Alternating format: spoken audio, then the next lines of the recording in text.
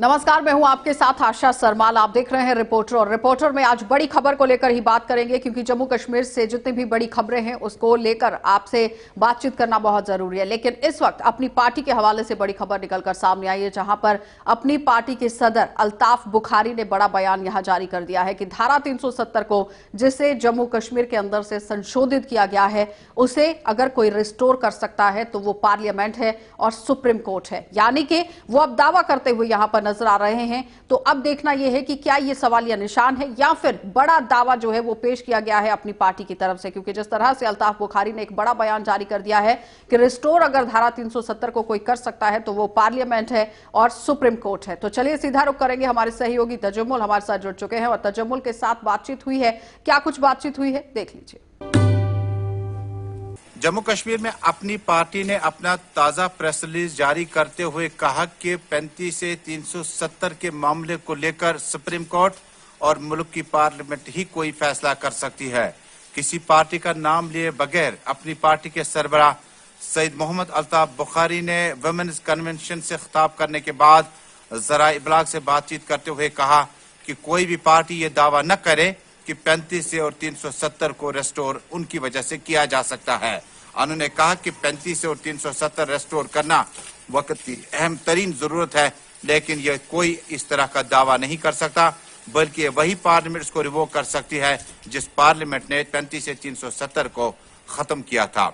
उसने मजीद कहा कि जम्मू कश्मीर में जब हम खवातीन के रोल की बात करते हैं तो इनका रोल इंतहाई अहम है, चाहे वो पॉलिटिक्स हो, इक्तिसादियात हो, खेलकूद हो या एंटरटेनमेंट का कोई सेक्शन हो।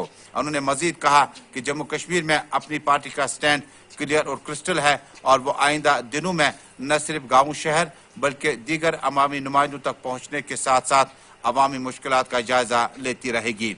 35 से 370 पर क्या अल्ताफ बुखारी की क़यादत जम्मू कश्मीर में इसको वापस लाने के हक में नहीं है? अल्ताफ बुखारी ने कहा ऐसा नहीं है। हम चाहते हैं कि 35 और 370 को फौरी तौर पर वापस जम्मू कश्मीर के हवाले किया जाए और नॉन रेजिडेंट्स को 1 इंच जमीन या नौकरी भी नहीं दी जाएगी। ताहम उन्होंने एक बात को फिर दोहराया कि जम्मू कश्मीर में जो पार्टियां किसी पार्टी का नाम लिए बगैर ये दावा करती है कि गुपकार डिक्लेरेशन से इस चीज को वापस लाया जा सकता है, ये अबस है और गलत है। इसका फैसला सिर्फ और सिर्फ मुल्क की पार्लियामेंट और सुप्रीम कोर्ट कर सकती है। तो आपने देखा कि क्या कुछ यहां पर कहना था, क्योंकि वो साफ तौर पर कहते हुए नजर आ रहे हैं कि अगर इसे बहाल करना है, रिस्टोर करना है, तो ये सब पार्लियामेंट के हाथ में है और उसके साथ ही साथ सुप्रीम कोर्ट के हाथ में है। लेकिन अब सवाल यहां पर यह बनता है कि केंद्र सरकार की तरफ से 5 अगस्त को धारा 370 और 35A को यहां से हटा दिया गया, संशोधित कर दिया गया। लेकिन अब अगर अपनी पार्टी की तरफ से यह बड़ा बयान जारी किया गया है तो अब सोचना इस पर यह है, विचार इस पर यह करना है कि क्या सियासी रोटियों को सेकने के लिए यह बयानबाजी यहां पर की जा रही है या फिर हकीकत में धारा 370 को रिस्टोर किया जा सकता है पार्लियामेंट की तरफ से या फिर सुप्रीम कोर्ट की तरफ से। अब आम जनता को भी इस पर ध्यान देने की जरूरत है। चलिए अब आपको कश्मीर लिए चलेंगे और कश्मीर से भी आपको दिखा देते हैं कि किस तरह से आज खबरें निकलकर सामने आई हैं, क्योंकि हाथरस के अंदर, यूपी के हाथरस के अंदर जो घटना घटी है, जिसमें गैंगरेप का मामला सामने आया है, एक युवती की मौत हो जाती है और उसके बाद पूरे देश में आक्रोश जो है वो फैल जाता है। तो उसी का आक्रोश आज श्रीनगर के अंदर, कश्मीर के अंदर भी देखा गया है। कुछ महिलाएं अपने घरों से बाहर निकली हैं और उसके बाद उन्होंने धरना प्रदर्शन यहां पर किया है। सनम एजाज हमें रिपोर्ट दे रहे हैं, देख लीजिए। यूँ तो कश्मीर में सरकार के सामने कई तरह के मामले और मसाइल तो होते रहते हैं, लेकिन इन दिनों एक और मामला जो है, जो मुल्क की रियासत यूँ कहीं राजधानी दिल्ली की नज़दीकी शहर यूपी से निकल के आया है। और यूपी में 2 लड़कियों के हुए बलात्कार के मामले पे, मुश्तबा बलात्कार, आरोपी का बलात्कार के मामले को लेकर कश्मीर में भी महिलाएं अब उनके सपोर्ट में निकल रही हैं। और आज श्रीनगर की प्रेस कॉलोनी में भी कुछ महिलाएं आकर इस सारे मामले पर वाविला करते हुए नई दिल्ली से लेकर कश्मीर तक सरकार को कुसानी सुनाते हुए ये भी बताना चाहती हैं कि देश में महिलाओं यानी खवातीन के साथ जो कुछ भी हो रहा है वो नाकाबिल बर्दाश्त है। श्रीनगर की प्रेस कॉलोनी में प्रोटेस्ट करते हुए इन खवातीन ने जिस तरह के आंकड़े निकल कर आ रहे हैं उन पर अफसोस जताते हुए बताया कि आज की सदी में जब दुनिया आसमान पर चांद पर चल चुकी है, आज भी महिलाओं को इस तरह के जुल्मों का सामना करना पड़ता है। और श्रीनगर में आज प्रदर्शन कर रही महिलाओं ने नई दिल्ली से लेकर जम्मू कश्मीर और यूपी सरकार पर जोर देते हुए बताया कि ऐसे दरिंदों के खिलाफ सख्त कार्रवाई होनी चाहिए।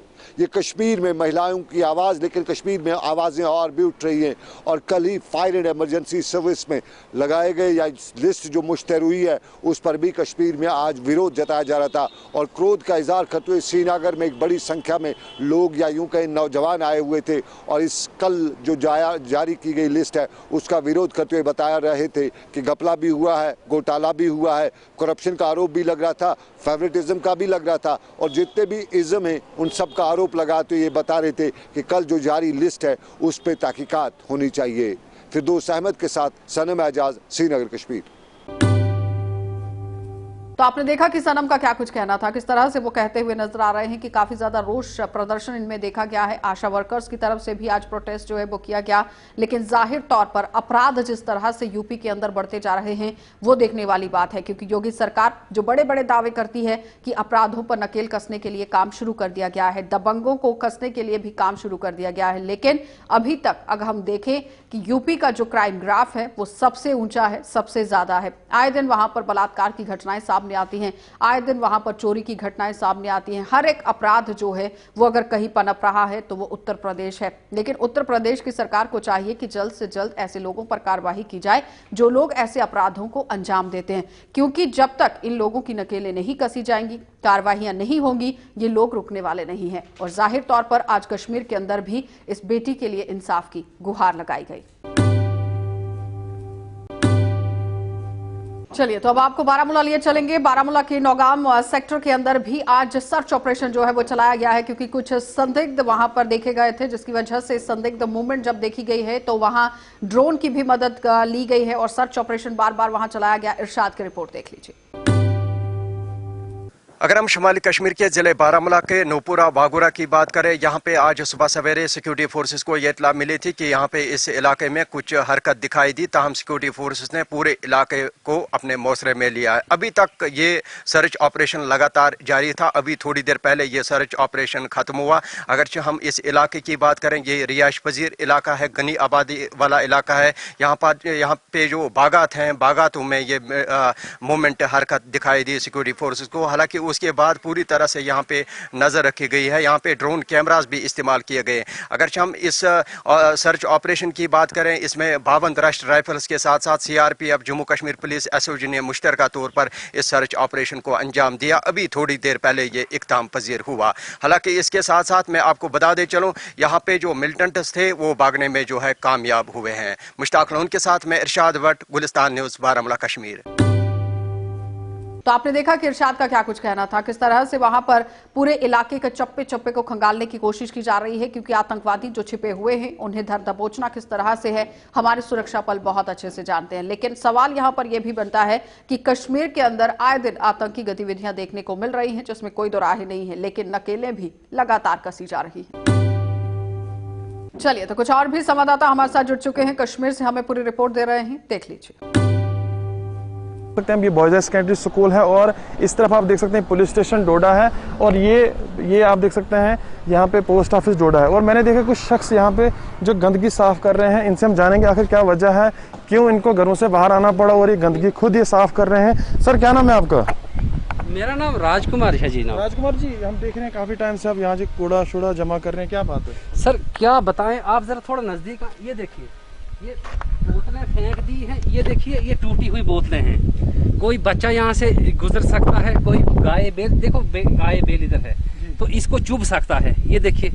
तो अब हम जब यहाँ से गुजरे, मैं और चाचा, तो हमने सोचा ये थोड़ा हम सोशल वर्क करें, हम क्या करें जी। अब कोविड-19 चल रहा है, इतनी गंदगी है, इतना कूड़ा है और डीसी ऑफिस 2 कदम की दूरी पे है यहाँ से। सर अब वो तो डीसी ऑफिस वाले जाने, उनको देखना चाहिए। तो अब हम तो बोल कर थक गए, तो हमने सोचा हम खुद ही करते हैं। देखिए, हमने गांधी जयंती का कुछ दिनों पहले दिन था, उस टाइम हमने देखा था म्यूनसिपलिटी के कुछ लोग वो हलफ ले रहे थे, हम साफ सफाई का ध्यान रखेंगे, बाकी चीज़ें करेंगे। क्या आपको ऐसा कुछ नज़र आ रहा है? जनाब, वो हलफ तो दिख ही रहा है आपको। अब हम कहेंगे तो हमारी शिकायत मानी जाएगी, तो आपका कैमरा झूठ थोड़ा बोलेंगे। आप तो एक रीजनेबल चैनल से हैं, आप झूठ तो नहीं दिखा, आप खुद ही देखते क्या हालत दी थी। अब मैं तो चलो जवान हूं। शर्मसार करने वाली ये तस्वीरें आप देख सकते हैं, कितना कूड़ा है और मजबूर होके अपने घरों से बाहर निकल आए। और ये बॉटल्स आप देख सकते हैं, कितना कूड़ा है, कितनी गंदगी है। यहाँ पे तरह तरह की गंदगी आपको मिलेगी। यहाँ एक तरफ तो बॉयज़ हायर सेकेंडरी है, दूसरी तरफ से एनिमल हस्बेंड्री का है, फिर पोस्ट ऑफिस है और साथ में हमारे पुलिस स्टेशन भी है। ये तो लिखा है मॉडल पुलिस स्टेशन, लेकिन सब कुछ आपके सामने दिखा। बस वो तो इसलिए था कि उन्हें बिल निकालने थे, वो इसलिए ड्रामा किया, टीवी पे दिखा दिया, हम बना रहे हैं। जो कुछ हो रहा है आपके सामने यहाँ पड़ा हुआ है। एडमिनिस्ट्रेशन डोडा को क्या मैसेज देंगे अपने, आप क्या बताना चाहेंगे उनको? हम यही मैसेज देंगे कि दो हाथों से इकट्ठे कर रहे और इकट्ठे करो। आप क्यों आज खुद गंदगी यहाँ पे साफ कर रहे थे? जब देखा यहाँ छोटे बच्चे चलते हैं, बोतलें फटी हुई हैं, किसी का पाँव कट जाएगा, फिर उनको अस्पताल पहुँचाना पड़ेगा। और दिक्कत ये है कि आजकल अस्पताल भी जाने नहीं देते, जबरन पकड़ते हैं और जबरन टेस्ट करके तो जबरन पॉजिटिव दिखाते हैं। पॉजिटिव डर लगा उसको, जिसको लगेगी उसको कोरोना पॉजिटिव ले आएंगे ये और कहेंगे तू कोरोना पॉजिटिव हो गया। जनाब तो क्या करें, जितना हमसे हो पाएगा। अब देखें चाचा हमारे बुजुर्ग आदमी है, हम मिलकर जितना हमसे पाएगा करेंगे स्वच्छ भारत। तो जब थकेंगे जनाब तो हम ही बैठ जाएंगे साइड में, क्या करें। कोरोना वायरस की महामारी इतनी चल रही है, खुद इनको घरों से बाहर आना पड़ा और ये गंदगी खुद साफ़ कर रहे हैं। कहीं पे भी म्यूनसिपलिटी का अमला कहीं पे भी नज़र नहीं आएगा आपको। और डिजिटल इंडिया जो नाम दिया गया था स्वच्छ भारत अभियान, सिर्फ फ़ोटोज़ में ही, फ़ोटो सेशंस में ही आपको मिलेंगे ये सारी चीज़ें और डॉक्यूमेंट्स में मिलेंगी। बाकी ज़मीनी सतह पे कहीं पे भी ऐसी चीज़ें आपको नहीं मिलेंगी। तस्वीरें आप देख सकते हैं, ये डोडा की तस्वीरें हैं, किस तरह की तस्वीरें हैं, किस तरह से गंदगी है। और ये देखिए, ये जानवर हैं, ये लोगों के घरों में शाम को अपने घरों में वापस चले जाते हैं। और ये क्या क्या मास्क हैं, ग्लव्स हैं, पीपी किट्स हैं, जो कुछ भी आपको मिलेगा इस जगह पे ज़रूर आना। आप इस जगह पे विज़िट करना, जो भी इस वीडियो को देख रहे हैं वो इस जगह पे विज़िट कीजिए, इस जगह पे आए और देखिए किस तरह से साफ़ सफाई जो यहाँ के लोकल रहने वाले हैं ये खुद साफ़ सफाई करें। म्यूनसिपलिटी का काम जो है, आखिर एसी के नीचे जो ऑफिसर लोग बैठते हैं, जो म्यूनसिपलिटी के जो जिम्मेवार हैं, जो खास करके चेयरमैन पे सवाल खड़ा होता है कि वो एसी वाली जो कुर्सी है वो ज़रूर छोड़नी चाहिए उनको और बाहर आना चाहिए, बाहर देखना चाहिए। जो जिन लोगों ने उनको कामयाब किया है, जिन लोगों ने उनको वोट दिए हैं, जिन लोगों ने उन पर जिम्मेवारी रखी है कि इस इलाके को, इस डोडा को, खास करके टाउन को देखना, मगर ज़मीनी सतह की कंडीशन जो आप देख रहे हैं, खुद लोग निकल के आ रहे हैं। एक शर्मसार करने वाली तस्वीरें डोडा की। चलिए अब आपको लद्दाख लिए चलते हैं। और काउंसिल की इलेक्शन जिस तरह से लद्दाख के अंदर भी देखी जा रही है, काफी ज्यादा गहमा गहमी का माहौल वहां पर देखा गया है, क्योंकि इस बार कुछ नई पार्टियां भी उभर कर सामने आई हैं लद्दाख के अंदर। सीधा रुख करेंगे, हमारे साथ मोहम्मद इसाक हमारे संवाददाता जुड़ चुके हैं। इसाक, आज की क्या कुछ अपडेट है वहां पर? जी, अगर हम लद्दाख ऑटोनोमस हिल डेवलपमेंट काउंसिल लेह के इलेक्शन की बात करें, पिछले कई दिनों से लगातार इलेक्शन के हवाले से मुख्तलिफ पॉलिटिकल पार्टीज़ की जानिब से हलचल देखी गई।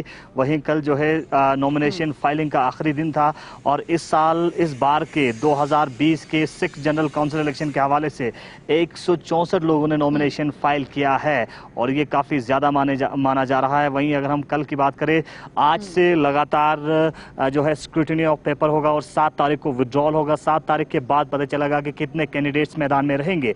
वहीं मुख्तलिफ पॉलिटिकल पार्टीज़ की बात करें, भारतीय जनता पार्टी ने सभी 36 सीटों पे अपने कैंडिडेट्स को खड़ा किया है और साथ ही साथ कांग्रेस की बात करें, कांग्रेस ने भी 26 सीटों पे और आम आदमी पार्टी ने पहली बार इस काउंसिल इलेक्शन में हिस्सा लिया है। दूसरी जानिब इस बार पहले से ज़्यादा जो है विमेन की बात करें, विमेन फॉक ने भी इस काउंसिल इलेक्शन में हिस्सा लिया है।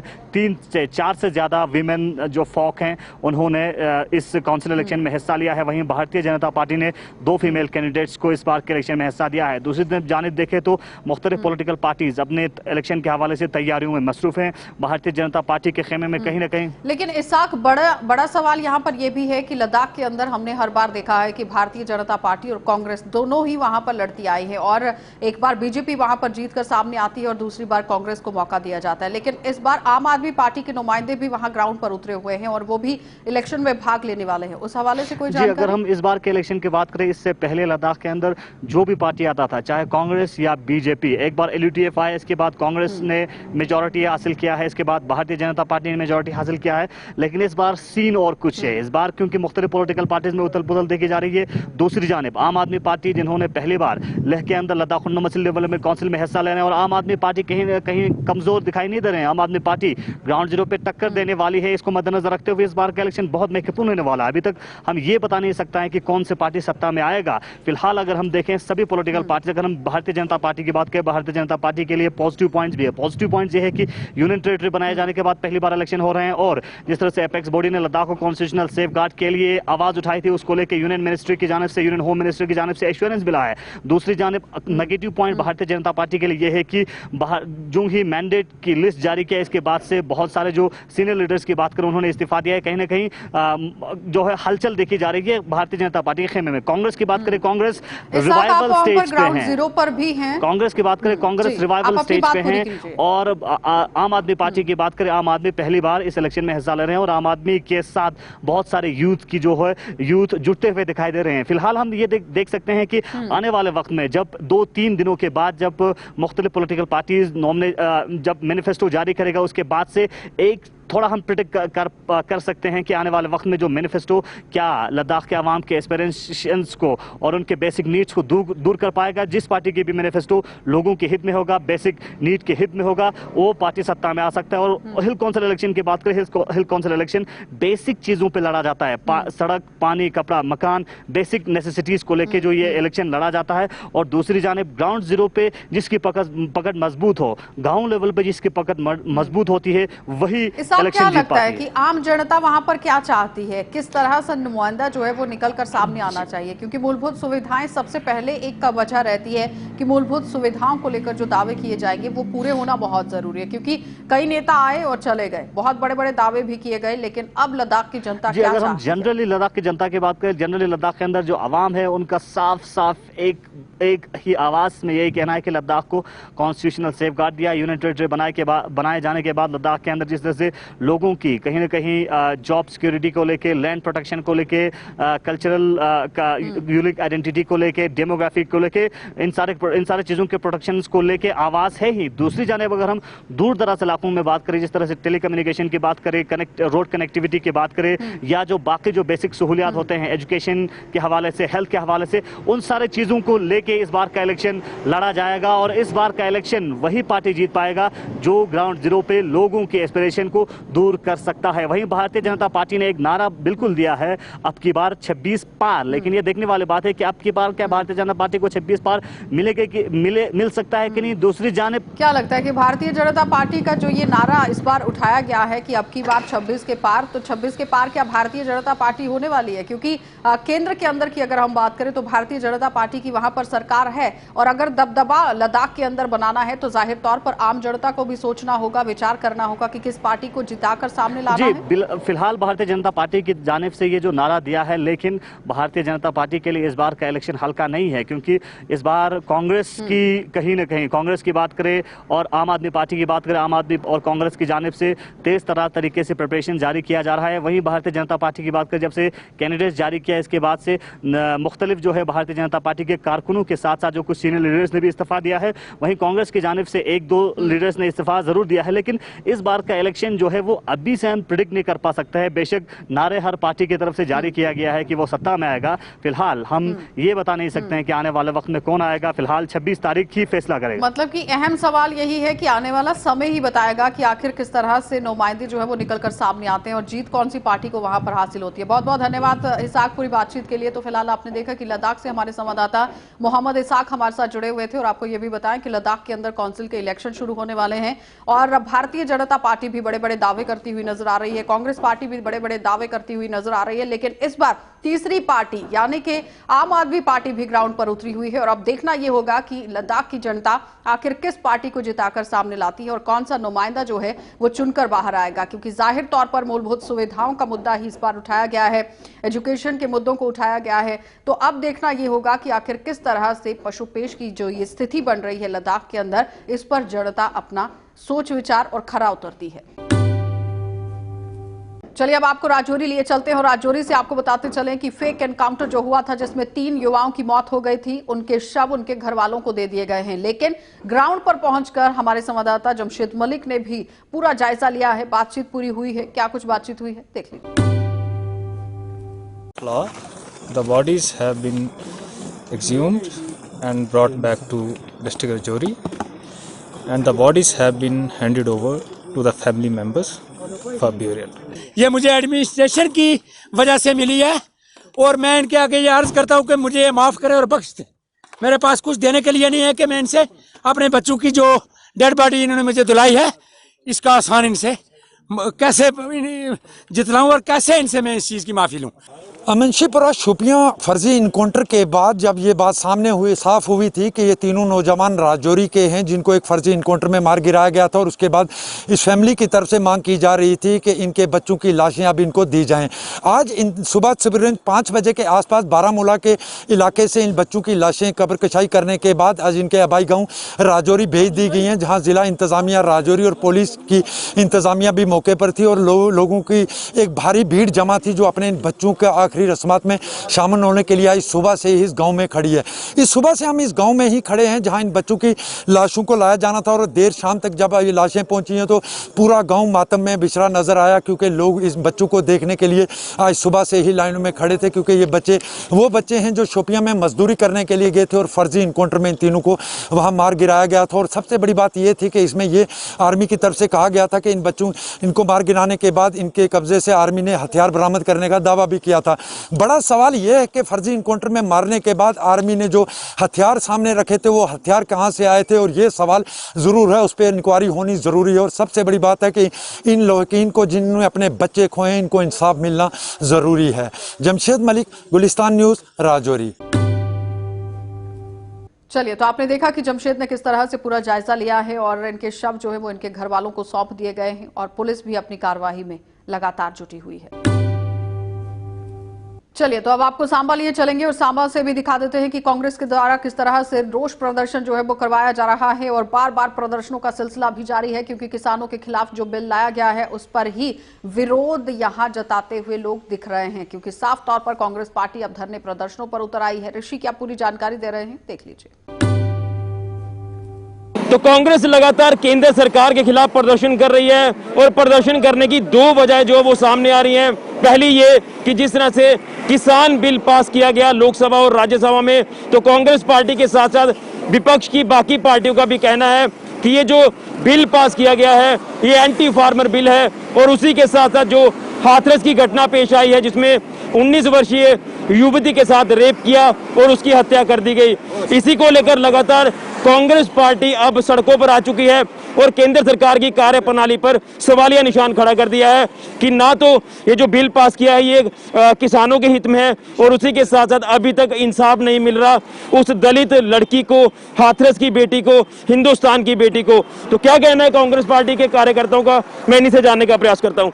लगातार प्रदर्शन किया जा रहा है आपकी तरफ से और पिछले कई दिनों से ये प्रदर्शन जारी है, क्या कहना चाहते हैं? 2 मांगे हैं आपकी। जो बिल है किसानों के लिए पारित किया गया था वो आपके द्वारा कहा जा रहा है कि एंटी फार्मर बिल है, और दूसरा जिस तरह से लगातार आए दिन बलात्कार की घटनाएं पेश आ रही है हिंदुस्तान में और एक और घटना, यानी घटनाओं पर घटनाएं सामने आ रही है, लेकिन आज भी हिंदुस्तान की बेटी को इंसाफ नहीं मिल रहा, क्या कहना चाहते हैं? एक तो बात बड़ी क्लियर है, हम तब तक नहीं बैठेंगे जब तक ये किसानों का जो बिल है, जो माननीय हिंदुस्तान के राष्ट्रपति श्री राम कोविंद जी के पास जो बिल पड़ा है, माननीय गुलाम नबी आज़ाद साहब लीडर ऑफ अपोजिशन और हिंदुस्तान की 18 पार्टी के लोग ये सब इकट्ठे हैं, बीजेपी के साथ सिर्फ एक ही पार्टी है।